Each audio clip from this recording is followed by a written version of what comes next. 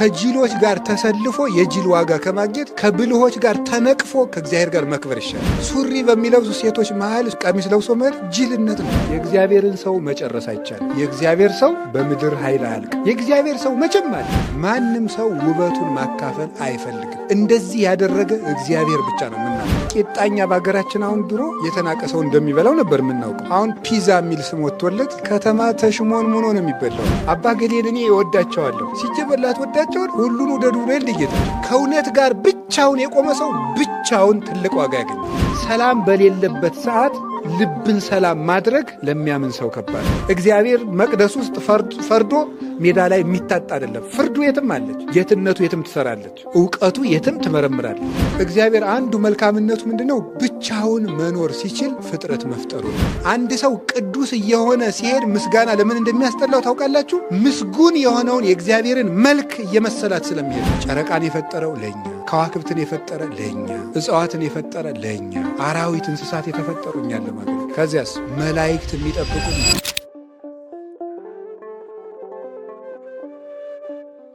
በክርስትና ሃይማኖት ትልቁ ከባድ ነገር ምንድነው? ብቻን መቆም። የሚያሸልምስ ምንድነው? ብቻን መቆም። ሰዎች ድግስ ተዘጋጁ፣ ሴርሞኒ፣ ሁሉ ሰው ሲደነክም ይህ ነገር ሰዎች ይስቁብኝ፣ እኔ አንገቴን አስመትቼ ልውጣ የሚያሰኝ ነገር ይመጣል። ስለዚህ ብቻን መቆም ነው። ሰው ሁሉ እስክስታ ስለወረደ የግድ መንቀጥቀጥ የለብን። ከሳቁም ይሳቁም። አቡነ ዘበሰማያት ብለው በማይበሉ ሰዎች መሃል አቡነ ዘበሰማያት መድገም አሁን ምንድን ነው? ገድሉ ነው። እጨጌ እስኪ ይበሉ ይላል። ለማሸማቀቅ ነው እንደዛ የሚለው።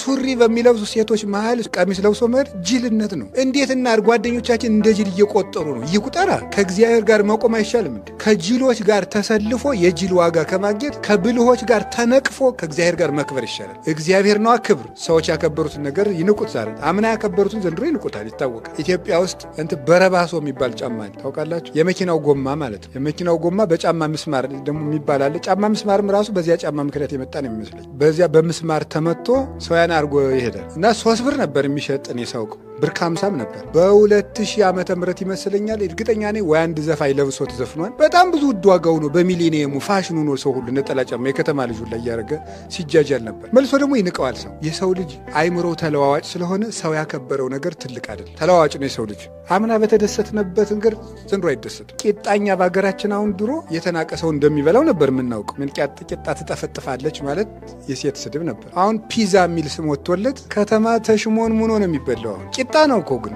ምንም ሰላጣ ምናምን የተቀባ ቂጣ ነው። የሆነ ነገር ተጨመረበት ነው። እና ቂጣ ስሟን ቀይራ ሆቴል ውስጥ ተከብራ ትሸጣለች። የሰው ልጅ ጭንቅላት ወረተኛነት እኮ ነው የሚያሳየው። እንዲሁ እኮ ግሩም እኮ። እኔ ቂጣ ምን ጨነቀ ብዬ ነው በውድ ምገዛው። ፈልግ እቤቴ ያስጋግሬ በብረት ምጣድ በበርበሬ ያስቀብቻ አልበላም። ሽንኩርት ምናምን ከሆነ ከትፌ ጨምርበታለሁ። እንዲሁ ሰው ምን አብዶ ነው እዚያ ውድ ብር ገዝቶ የሚበላ? እንዲሁ እኮ ግርም ነው የሚያደርገው።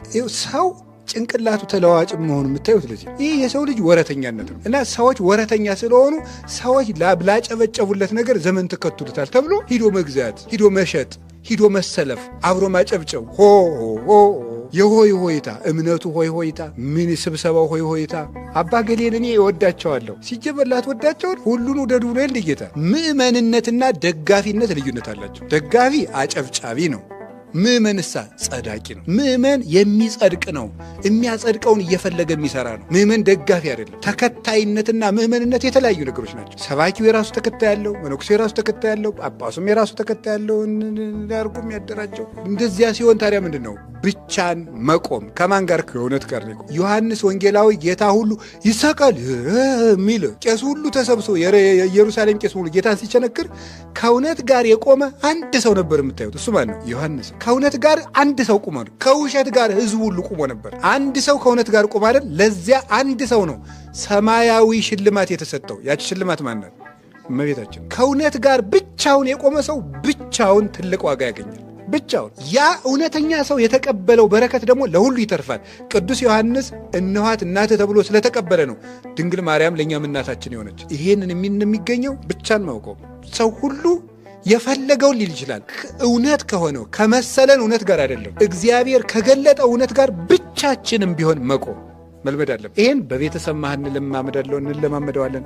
በጓደኛ መሀል እንለማመድ። ጓደኛ እንዲህ ሳይሆን ጓደኛዬ ነው ምን ላድርግ የሚባል ነገር የለም። ጓደኛ ነገ አይቆምልህም በክርስቶስ ቤት። ምድር አደራዋን በመለሰች ጊዜ ያን ጊዜ እናትም ልጇን አታድንም። ጓደኛ አይደለም ጓደኛ እንዲህ አድርጎኝ ጓደኛዬን እንዳይከፋው ብዬ አይባልም። የዛን ጊዜ ይሄ መልስ አይደለም። ብቻን መቆም ከማን ጋር እና ብቸኝነትን ደግሞ እንደ ደስታ ቆጥሮ ምን ማድረግ ነው? ማመስገን። ኤርምያስ ስለ እግዚአብሔር መልካምነት የሚያስተምረን ይሄ ነው። ብቻውን ሆኖ ዘመድ የለም። እንዲያው ሰው እንኳን መጥቶ ቢደበድበው የሚጮህበት ዳኛም የለም። ቤተ መቅደስ ዶ እንኳን እንዳይጸልይ ቤተ መቅደስም የለም። የሚጠጋበት ጎጆ የለም። የሀገሩን ቤት በሙሉ ባቢሎናውያን አቃጥለውት ነው። ብቻውን ማለት ምንም ማንም ሳይኖረው ማለት ምንም የለውም ሀብት፣ ማንም የለውም ሰው ብቻውን ቆሞ እግዚአብሔር ይመስገን ባይኖረንም ምንም ዘርም ባያፈራ በለስም ባታፈራ በጎችም አንበላም ቢሉ በጎቹም አንበላም አሉ ያለውን እምተበልኦ ብለው ሊቃውንቱ አቅንተውታል። በጎችም አንበላም አሉ። በጎችም ቢጠፉ ከብቶችም ቢጠፉ በለስም ባታፈራ ዘይትም ቅባቷን ባትሰጥ ግን እግዚአብሔር ስላለን በሉ እግዚአብሔር ይመስገን በሉ። ቅዱስ ጳውሎስ እናንተ የፊልጵስዩስ ሰዎች ባለፈው ታስሬ ሳለ ገንዘብ አዋታችሁ ስለላካችሁልኝ ደግ አደረጋችሁ፣ በመከራዬም ተሳትፋችኋል አለና ምን አለ መሰላችሁ? ነገር ግን እንደዚህ ስላችሁ ጊዜ እንዳትታበዩ ያለኝ እንደሚበቃኝ አውቃለሁና። ሊቃውንቱ ትርጓሜያቸው ላይ ጳውሎስ ምን አለውና እንዲህ የሚል ሃይማኖቱ ጳውሎስ ያለኝ ይበቃኛል የሚል ምን ኖሮት ነው? ሃይማኖቱ አለው፣ እግዚአብሔር አለው። እግዚአብሔር ካለው የእግዚአብሔር የሆነ ሁሉ የሱ ነው። ምንም የለንም ግን ሁሉ አለን አለ። ምንም የለንም ሁሉ አለን። የሚያውቀን የለም ሁሉ ያውቀናል አለ በእግዚአብሔር ዘንድ። ታዋቂ ሰዎች አይደለንም በእግዚአብሔር ግን የታወቅን ብሎ የተናገረው ለዚህ ነው። እና እንደ ኤርምያስ ብቻ ነው እግዚአብሔር መልካም ነው ማለት ሲኖረን ዘመድ አጠገባችን ክብብ እንወድሃለን እንወድሻለን ስንባል አይደለም። ብቻን ቆሞ እግዚአብሔር ይመስገን። ብቻን ማለት ምን ነው? ከሀብትም ተለይቶ ከጤናም ተለይቶ ከቤትም ተለይቶ ከዘመድም ተለይቶ ጓደኛም ጠፍቶ ጤናም ጠፍቶ ሁሉም ታጥቶ ሰላምም ጠፍቶ በተለይ በዚህ ዘመን ይሄን የገጠመው ኤርምያስ ታዲያ በሰላም ዘመን ሆኖ ነው አይደለም። ሰላም በሌለበት ሰዓት ልብን ሰላም ማድረግ ለሚያምን ሰው ከባድ ነው። ለሚያምን ሰው ቀላል የሚሆነው እግዚአብሔርን ያሰብን ነው። ቅዱስ ዳዊት ይህን ተነግሯል። ደስ ነው የሚለው እኮ ቅዱስ ዳዊት እግዚአብሔርን አሰብኩት እናሳ ደስ አለኛል። ግፍ ሲበዛበት ፍትሁን ያስበዋል፣ ሲርበው መጋቢነቱን ያስበዋል፣ በኃጢአት ሲወርቅ ቸርነቱን ያስበዋል። እግዚአብሔርን አሰብኩት ደስ አለኛል። ፍጡርን ቢያስቡት ምኑን ደስ ያሰኛለሁ? ቅዱሳንን አይደለም። መልካም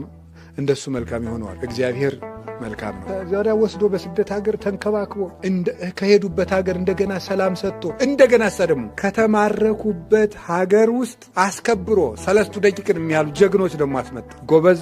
የእግዚአብሔርን ሰው መጨረስ አይቻልም። የእግዚአብሔር ሰው በምድር ኃይል አያልቅም። የእግዚአብሔር ሰው መቼም አለ። እግዚአብሔር በኢየሩሳሌም ብቻ የሚያሸንፍ አይደለም። ሰው ነው በሀገሩ የሚያሸንፍ። ዛሬማ በሰው ሀገር አግኝተኸኝ አይደል? ሰው የሰው አቅሙ በሰፈሩ ነው። እግዚአብሔር ግን ሰፈር ስለሌለው ባቢሎን ብትሄድ ይዋጋል። ግብፅ ብትወርድ እዚያም ያሸንፋል። እግዚአብሔር ከተማ ላይ ተወስኖ የሚያሸንፍ አምላክ አይደለም። ግዛቱ በሁሉ የሰፈነ ነው። እግዚአብሔር መንግስቱ ሰፋኒት ናት፣ የትም አለች። ፍርድ ቤት ወንበሩ በሌለበት ፍርድ አይሰጥም። እግዚአብሔር ግን ዓለም ሁሉ የእግሩ መረገጫ ናት። ሰማይ መንበሬ ነው፣ ምድር የእግሬ መረገጫ ናት ይላል። ስለዚህ እግዚአብሔር በቢሮ አይታጠርም።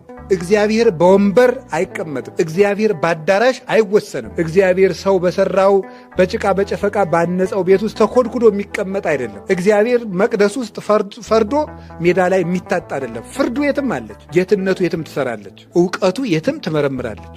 ዓይኑ የትም ይመለከታል። ምድርን ይመለከታታል፣ ትንቀጠቀጣለች። እጁን ሳይዘረጋ ተራሮቹን ይዳስሳቸዋል፣ እንደ ቅቤ ይቀልጣል። ክንዱ አይደክምም፣ አይታጠፍም። እሱም ስሙ እግዚአብሔር ነው። እዚያ ውስጥ ዳንኤልን አስነሳው። ሕልም እየተረጎመ 3 ደቂቅን አስነሳቸው። እሳት እያጠፉ ዳንኤልን አስነሳው። የአንበሳ አፍ እየዘጋ ከዚያስ እንግዲህ እስራኤላውያን ሰውም አልቋል፣ የቤተ መንግሥት ሰዎችም አልቀዋል። ማን ወስዷቸው መቅደሱን ይሰሩታል? ማን አደራጅቷቸው ነፃነት ያመጣሉ ሲባሉ እግዚአብሔር መሳሪያ አላደራጀ፣ ፈረስ አላሰለጠነ፣ ብረት አልሳለ። ምን አደረገ? የፋርሱን ንጉሥ አመጣውና የባቢሎንን ንጉሥ እንዲወጋው አደረገው። የባቢሎን ንጉሥ ሲሞት የፋርሱ ንጉሥ እግዚአብሔር መቅደሱን እሰራ ዘንድ አዞኛል አለ። ሂዱ መቅደሳችሁን ስሩ፣ ነጻነት ሰጣችሁ። እግዚአብሔር ከጨካኝ ንጉሥ ከናቡከደነጾር ዘር አትርፎ ዘመን አስፍቶ ሞዓብና አሞን እንዲገብሩላቸው ማንም ሰው እስራኤል ቤተ መቅደስ ሲሰሩ በዙሪያው ያሉ አውራጃው ሁሉ እንዲገብርላቸው ብሎ አስገብሮ መቅደስ አሰርቶ አስከብሮ ስመጥር አድርጎ አስመጣቸው። እግዚአብሔር አንሰው የወረዱትን በስተው እንዲመለሱ አደረጋቸው። እግዚአብሔር ነውራችንን ወደ ክብር፣ ድክመታችንን ወደ ኃይል፣ መሸነፋችን ወደ ኃይል የሚለውጥ አምላክ። ስለዚህ እግዚአብሔር መልካም ነው። እግዚአብሔር መልካምነቱ ከስነ ፍጥረት ጀምሮ የነበረ ነው። እስኪ ስለ እግዚአብሔር መልካምነት ትንሽ ነገር ልንገራችሁ። እግዚአብሔር የመጀመሪያው እግዚአብሔር መልካምነቱ ማለት መልካም ማለት የዋህ፣ ደግ፣ ውብ፣ የማይጠገብ፣ ሰው ወዳጅ፣ አዛኝ፣ ርኅሩህ፣ በጎ ሁሉ ማለት ነው። መልካም ማለት በጎ ሁሉ፣ ያማረ ማለት ነው። መልካም ማለት ያማረ ማለት ነው። ፍቅር ያምራል፣ ትሕትና ያምራል፣ ደግነት ያምራል፣ ልግስና ያምራል። ስለዚህ መልካም ማለት ያማረ። እግዚአብሔር አንዱ መልካምነቱ ምንድን ነው? ብቻውን መኖር ሲችል ፍጥረት መፍጠሩ ነው። አይገርማችሁም? አይገርማችሁም? እኔ በጣም ነው የሚገርመኝ፣ እናንተም ይገርማችኋል። እንዲሁ አሁን እንዲሁ ፍጡር ባይጎልበት ሰው ይፈልግ ነበር? አይፈልግም። አንድ ፈላስፋ ነበረ። ምን አደረገ መሰላችሁ? የዚህ ዓለም ሰው ሙቶ ሲያልቅ ብቻዬን እኔ ይችን ምድር እየገዛው ልቀመጥ እንደ ልቤ ሙክቱን ሰው ሳይሻማኝ ማረድ፣ ወተቱን ሰው ሳይሻማኝ ማለም፣ መሬቱን ሰው ሳይሻማኝ ማረስ፣ እንደ ልቤ ልኑር ብሎ አሰበና እድሜ የምታራዝም እንጨት ፈልጎ ያችን በጥብጦ ብቻውን ሊጠጣ። ኧረ ሰው እንደ ይገርማል እኮ። ከዚያስ ደግሞ ድንገት ጠብ ሲል ሰው ቢረግጠው እንደኔ ሕያው ይሆናል ብሎ ቢኖ ሰው ከሌለበት ቦታ ሜዳ ሊጠጣ ገንቦውን ተሸክሞ በጥብጦ ያነ ጅልነቱ ነው እንጂ እኮ አንድ ጅብ ቢረግጠውስ የጅልነቱ ጅልነት። ሰው ጠልቶ ጅብ ጋር ሊኖር ነው። ሰው ከሌለበት ቦታ ብዬ ልጠጣው ሲል መልአኩ ምቀኝነት አይወድምና መጥቶ ገንቦውን ላይ ወደ ይሰበረበት በጎኑ ፈሰሰና ሰውነትን የሚያድስ ዕፅ ነው። ግማሽ ሰውነቱ ፈርሶ ግማሽ ሰውነቱ ሕያው ሆኖ ኖረ ይላል። ምቀኝነት አያቸው። ሰው ብቻውን መኖር ይፈልጋል፣ ብቻውን መክበር ይፈልጋል። ሰዎች ለምን ፋሽን ልብስ እንደሚለብሱ እንደሚገዙ ታውቃላችሁ? ሰው የሌለውን ነገር እኮ ማድረግ ስለሚፈልጉ ነው። ብቻቸውን መሆን ስለሚፈልጉ። እንዲሁ እኮ ይገርማል። ሰው ያላረገውን ነገር እነሱ ብቻ አይን ማረፊያ ሊሆኑ። እንዲሁ እኮ ይገርማል። ከመጃጃሉ የተነሳ ልብሱን ሁሉ ገዝቶ ቢያልቁበት ቆይ እስኪ ለምን ቀድጄ ለብሼ እኔ ከሰው አልለይም ብሎ ቀደድ ያለ ሱሪ መልበስ ጀመረ። ሰው መለየት ስለሚፈልግ ማለት ብቻውን መታየት፣ ብቻውን መክበር ስለሚፈልግ። እግዚአብሔር ግን ይኸውላችሁ ሰው ሲጀመር ያለ ሰው መኖር አይችልም፣ ጥገኛ ነው። የሰው ልጅ ለብቸኝነት የተፈጠረ አይደለም፣ በማህበር ነው የሚያምርበት፣ ሰው ያስፈልገዋል። እግዚአብሔር ግን መልካምነቱ ይኸውላችሁ አሁን እኛ ሰው ብንፈልግ ሰው ስለሚያስፈልገን ነው አይደለም? ነው ሰው ያስፈልገን። ለምሳሌ በጣም ድንቅ እንዲው ቆይ ተውት ዘመድ ምናምን ይቅር። በጣም ድንቅ ልብስ እኮ ለመልበስ ድንቁን ልብስ የሚያይ አይን ያስፈልጋል። የሚያይ ሰው ከሌለ ምን ያደርጋል? አፍንጫ ሳይኖር ሽቱ ብትቀባ ምን ያደርግላል? ምንም እስቲ ቦግ እያሉ ሰው ባይኖር ምን ያደርግ? ጦጣው አያደንቅ። ሰው ለመደነቅም እኮ ሰው ያስፈልግ እንዲያደንቅ ማለት። እስቲ ጥሩ ደራሲ ሁኑና እንደዚህ ብሎ እያልክ ለዛፎች አንብብላቸው። ምንም የሚሰባ ጆሮ ስላለ ነው ጥሩ ተናጋሪ መሆን የሚቻለው። ስለዚህ ያለ ሰው ምንም መሆን አይቻልም። ሰው ለእኛ ያስፈልገን እና ሰውን ቢወድ አያስደንቅም። ለሰው አስፈላጊው ስለሆነ ለወፍ ላባው፣ ለሰይፍ ሰገባው፣ ለሰው ሰው ነው ልብሱ ይላል አባ ወግሪ ሲናገር። ለወፍ ላባው ነው ልብሱ፣ ለሰይፍ ሰገባው ነው፣ ለሰው ግን ልብሱ ሰው ነው። መከበር ይቻላል። አሁን የዓመት በዓል መርጌቶቹ ሻቻቸውን ጠብጥበው ካባቸውን አድርገው መነሳነሳቸውን ይዘው ሲሉ ካባው ለማን ነው የሚለበሰው? የሚያይ የምመን አይን ስላለ። ባይኖር ምን ይላል? ብጥንግ ድርብ ብትደርብ ምን ያደርግልህ? ምንም ለወንጌል ክብር ቢሆንም የሚያይ ከሌለ መታየት የለም፣ የሚሰማ ከሌለ መናገር የለም፣ የሚያሸት ከሌለ መዓዛ የለም። ሁሉም ሰው ስላለ የሚደረግ ሰውን ቢወደው ያስፈልገዋል። እግዚአብሔር ግን ችግኝ እንተክላለን። ለምን? መሬቱን እንዲጠብቁ፣ ኦክስጅናቸው ስለሚጠቅመን፣ አፈር እንዳይሸረሸር ስለሚጠቅሙ፣ መድኃኒት ስለሚቀመምባቸው። እግዚአብሔር ችግኝ ሲተክል ግን ምን ሊያደርግልን? መልካም ነው እግዚአብሔር የሚባለው ምንም ሳይፈልግ እግዚአብሔር ብቻዬን ልኑር እስኪ በቃ ቢል ምን ይጎልበታል? አመስጋኝ አይፈልግ። ባህሪው ምስጉን ነው። እኛ ምስጋና የምንፈልግበት ምክንያት ባህሪያችን የተነቀፈ ስለሆነ ነው። ልብ ብላችሁ ስሙ የእግዚአብሔር ቤተሰቦች። አንድ ሰው ቅዱስ እየሆነ ሲሄድ ምስጋና ለምን እንደሚያስጠላው ታውቃላችሁ? ምስጉን የሆነውን የእግዚአብሔርን መልክ እየመሰላት ስለሚሄድ ነው። እግዚአብሔር በባህሪው ምስጋና የሚያስፈልገው አይደለም። ለምን? ምስጉን ነው። የሰው ልጅ እየበቃ ሲሄድ ምን ይሆናል? ብፁዕ ይሆናል። ብፁዕ ማለት ንዑድ፣ ክቡር፣ የተከበረ ክቡር ነው። ስለዚህ አንተ አታከብረው፣ ራሱ ክቡር ስለሆነ። ቅዱሳን እየበቁ ሲሆኑ ምስጋና፣ ውዳሴ ከንቱ የሚያስጠላቸው ክቡር ስለሆኑ ነው። ለብርሃን አታበራለትማ፣ ለሽቱ ሽቱ አትረጨው፣ እሳትን አታነድለትም፣ ሙቀት አትጨምርለትም፣ በረዶን ቅዝቃዜ አይጨምርለትም፣ ለክቡር ክብር አይጨምርለትም። ክብር ስለሌለው ነው ሰው ክብር የሚፈልግ። ክብር የሚፈልግ ሰው ክብር የሌለው ነው። እግዚአብሔር ግን መልካም ነው። ለምን? ሰላም አያስፈልገው፣ ሰላም ነው። የሚያፈቅረው አይፈልግ፣ ፍቅር ነው። የሚያመሰግነው አይፈልግ፣ ምስጉን ነው። የሚሰጠው አይፈልግ፣ ባለጸጋ ነው። የሚፈርድለት አይፈልግ፣ ዳኛ ነው። የሚያስታምመው አይፈልግ፣ ሕይወት ነው። እግዚአብሔር ምንም ሳይፈልግ ብቻዬን ልኑር፣ ለእኔ ምን ያስፈልገኛል? አንዳንድ ሰው ሲኮራ አይታችሁኛል? ሲኮራ አይታችሁታ? ምንድን የሚለው? ምንህ እንደሆንኩ ታውቃለህ፣ ግን እንደዚያ እኮ ነው የሚለው። እስኪ ከኔ ተለይተህ ሞክረው። እንደዚያ ነው የሚለው። አስፈላጊ ነኝ ብለው ነው። እና እኔ ለአንተ ብዬ ነው። እኔ ሁሉን ማድረግ እችላለሁ፣ ብቻዬን መኖር እችላለሁ። የምታየው ነው ሁሉ አለ። እነ እንትና አብሬ ልኑር እያሉኝ ነው። ትቼው ነው። እኔ አንተን ስለመረጥኩ ነው።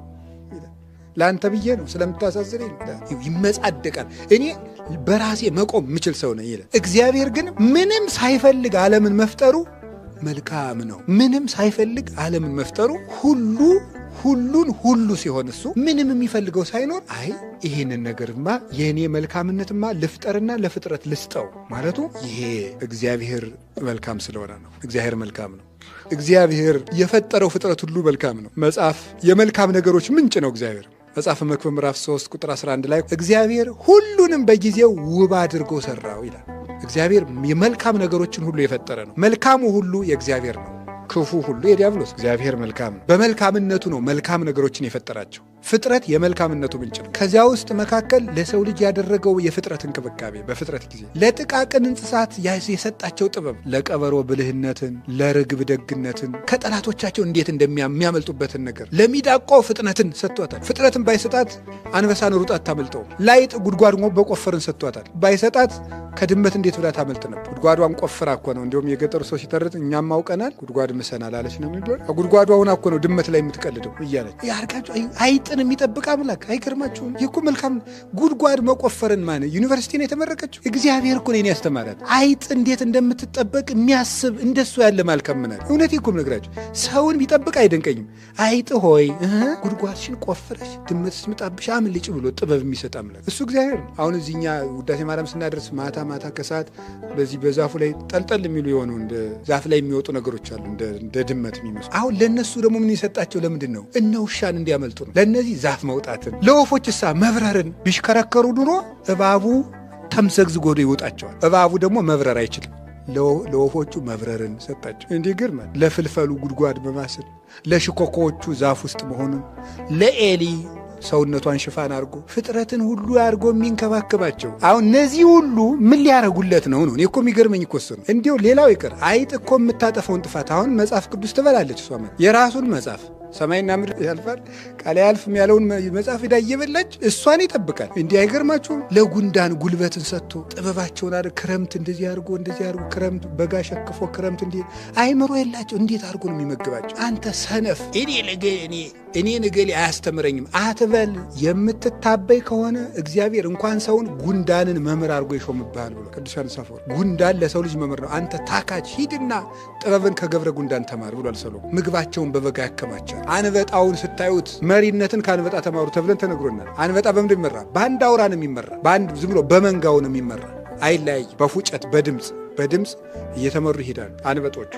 ይህ በክርስቶስ ቃል የሚመሩ አንድ የሚሆኑ ምእመናን ናቸው። እነዚህ አንበጣ እንደ ንብ አውራ የለውም። ዝም ብሎ ምንድን ነው የሚሆነው? በድምፅ ነው የሚመራ። በመንጋ ሆነ በህብረት የሚኖሩ አለቃቸው ክርስቶስን ብቻ የሚያደርጉ የዚያ ምሳሌ ነው። የማይጠቅሙትን ፍጥረቶች መፍጠሩ፣ አይጡ፣ ጉርጡ፣ ቅንዱ። አሁን እንግዲህ ክረምት የማይፈላ ትል የለ። ያ ሁሉ መፍጠሩ እግዚአብሔር መልካም። ለሰው ልጅ ያደረገው እንክብካቤ፣ ፀሐይን የፈጠረለት ለማን ነው? ተናገሩ እንጂ ለሰው ነው።